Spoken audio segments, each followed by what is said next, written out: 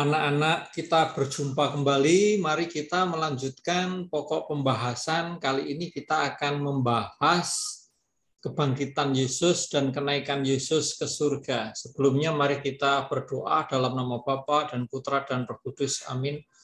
Tuhan, kami berterima kasih atas kesehatan yang Kau limpahkan kepada kami. Berkatilah kami supaya kami bisa mempelajari topik ini dengan baik demi Kristus Tuhan kami. Dalam nama Bapa dan Putra dan Roh Kudus. Amin. Anak-anak, kita membahas satu topik yaitu kebangkitan Yesus dan kenaikannya ke surga. Ini adalah lanjutan dari pokok bahasan sebelumnya, yakni mengenai sengsara dan wafat Tuhan Yesus Kristus. Kepercayaan bahwa kematian bukan akhir segalanya bagi hidup manusia itu tersebar dalam semua agama dan kepercayaan di atas muka bumi ini. Anak-anak Yesus pun mengalami yang namanya kematian. Ia wafat dan dikuburkan sebagaimana manusia biasa pada umumnya. Tetapi kematian Yesus bukan akhir segala-galanya. Kematian bukan akhir segalanya tentang Yesus, sebab Yesus dibangkitkan Allah dari kematian. Dan warta tentang kebangkitan Yesus Kristus itu sangat amat penting menjadi dasar iman Kristen. Seperti dikatakan oleh Rasul Paulus, jika Kristus tidak bangkit, maka sia-sialah seluruh iman kita. Kebangkitan memberikan harapan bahwa kematian bukan akhir segala-galanya, tetapi awal memasuki kemuliaan bersama dengan Kristus. Maka kalau ada orang meninggal, memang sedih. Siapa yang tidak sedih? Bapak pun ketika adik Bapak, kakak Bapak, dan ibu Bapak meninggal, itu sangat amat sedih. Tetapi kita tidak boleh larut di dalam kesedihan. Karena apa?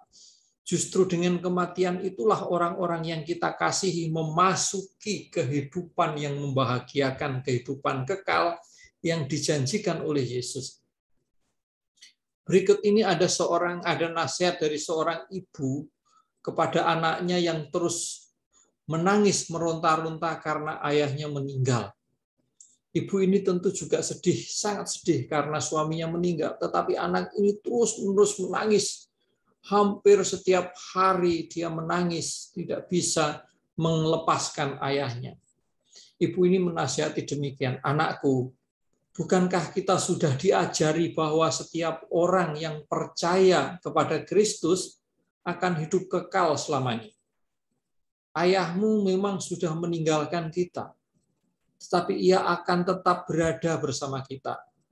Kalau engkau rindu sama ayah, peluklah foto ayah dan katakan apa saja yang ingin kamu katakan kepadanya. Kata ibunya kepada Berta.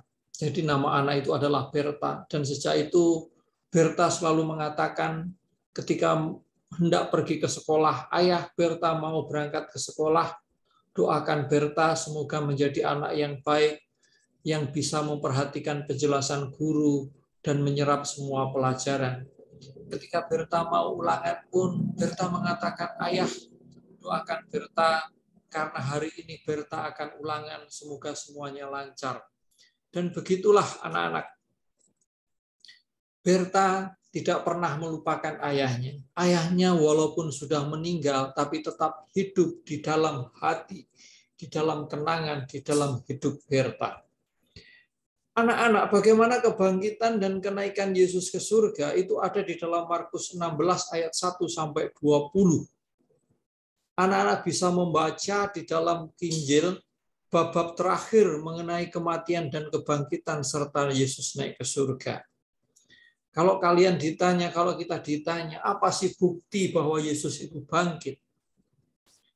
Kita bisa mengatakan bahwa bukti Yesus bangkit itu adalah makam sudah kosong. Nah, ini menjadi sebuah perdebatan karena makam kosong itu bisa juga dikatakan bahwa jenazah Yesus diambil, dicuri oleh orang lain. Tetapi ada bukti tanda berikutnya yang memperkuat bahwa makam kosong itu menunjukkan Yesus bangkit, yaitu bahwa ada orang muda di dalam kubur itu yang mengatakan bahwa Yesus bangkit. Dan bukan hanya itu, tanda ketiga ini yang memperkuat dua tanda berikutnya, yaitu apa? Yaitu Yesus menampakkan diri kepada para murid. Penampakan Yesus kepada para murid menjadi sebuah bukti yang memperkuat perkataan orang muda di dalam kubur itu dan memperkuat makam yang kosong. Anak-anak, untuk melihat, menemukan, menangkap makna kebangkitan Yesus di dalam diri kita, silahkan Anda membaca di dalam 1 Korintus bab 15 ayat 3-8. 1 Korintus 15 ayat 14-17, 1 Korintus 15 ayat 20-23. Lalu apa maknanya bagi kita sekarang ini kebangkitan Yesus? Kebangkitan Yesus bermakna bagi kita bahwa hidup ini di dunia ini hanyalah sementara. Karena itu hidup di dunia ini harus kita gunakan untuk melakukan hal-hal yang baik, hal-hal yang bermanfaat bagi orang lain, seperti Yesus hidupnya bermanfaat bagi orang lain. Untuk memahami makna Yesus naik ke surga bagi kita, anak-anak bisa membaca beberapa kutipan berikut ini. Yohanes 20 ayat 17, Yohanes 3 ayat 13, Yohanes 14 ayat 2, Yohanes 12 ayat 32, Ibrani 9 ayat 11 dan 24, Ibrani 7 ayat 25, Daniel 7 ayat 14, dan Kolose 3 ayat 1-2.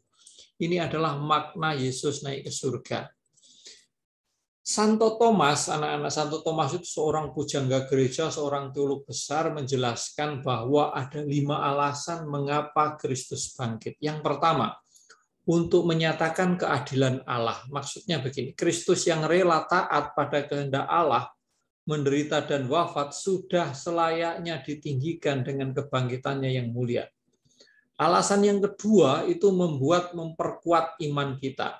Paulus mengatakan, tetapi andai kata Kristus tidak dibangkitkan, maka sia-sialah pemberitaan kami dan sia-sialah kepercayaan kamu.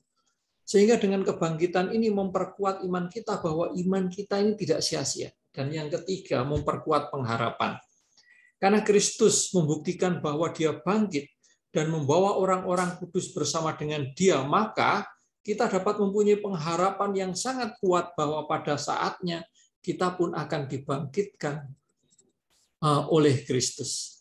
Dan alasan yang keempat agar kita dapat hidup dengan baik. Santo Thomas mengutip di dalam Roma 6 ayat 4. Dengan demikian kita telah dikuburkan bersama-sama dengan Dia oleh baptisan dalam kematian. Supaya seperti Kristus telah dibangkitkan dari antara orang mati oleh kemuliaan Bapa, demikian juga kita hidup di dalam hidup yang baru. Dan dengan demikian kebangkitan Kristus mengajarkan kita untuk senantiasa hidup yang baru, yaitu dalam roh. Dan alasan yang kelima itu untuk menuntaskan karya keselamatan Allah. Artinya demikian. Karya keselamatan Allah tidak berakhir pada kematian Yesus di kayu salib, namun berakhir pada apa? Kemenangan Kristus, yaitu dengan kebangkitannya. Di sini Paulus menuliskan di dalam Roma 4 ayat 25, yaitu Yesus yang telah diserahkan karena pelanggaran kita dan dibangkitkan karena kebenaran kita. Jadi Yesus diserahkan karena pelanggaran kita dan Dia bangkit karena pembenaran kita, untuk membenarkan kita.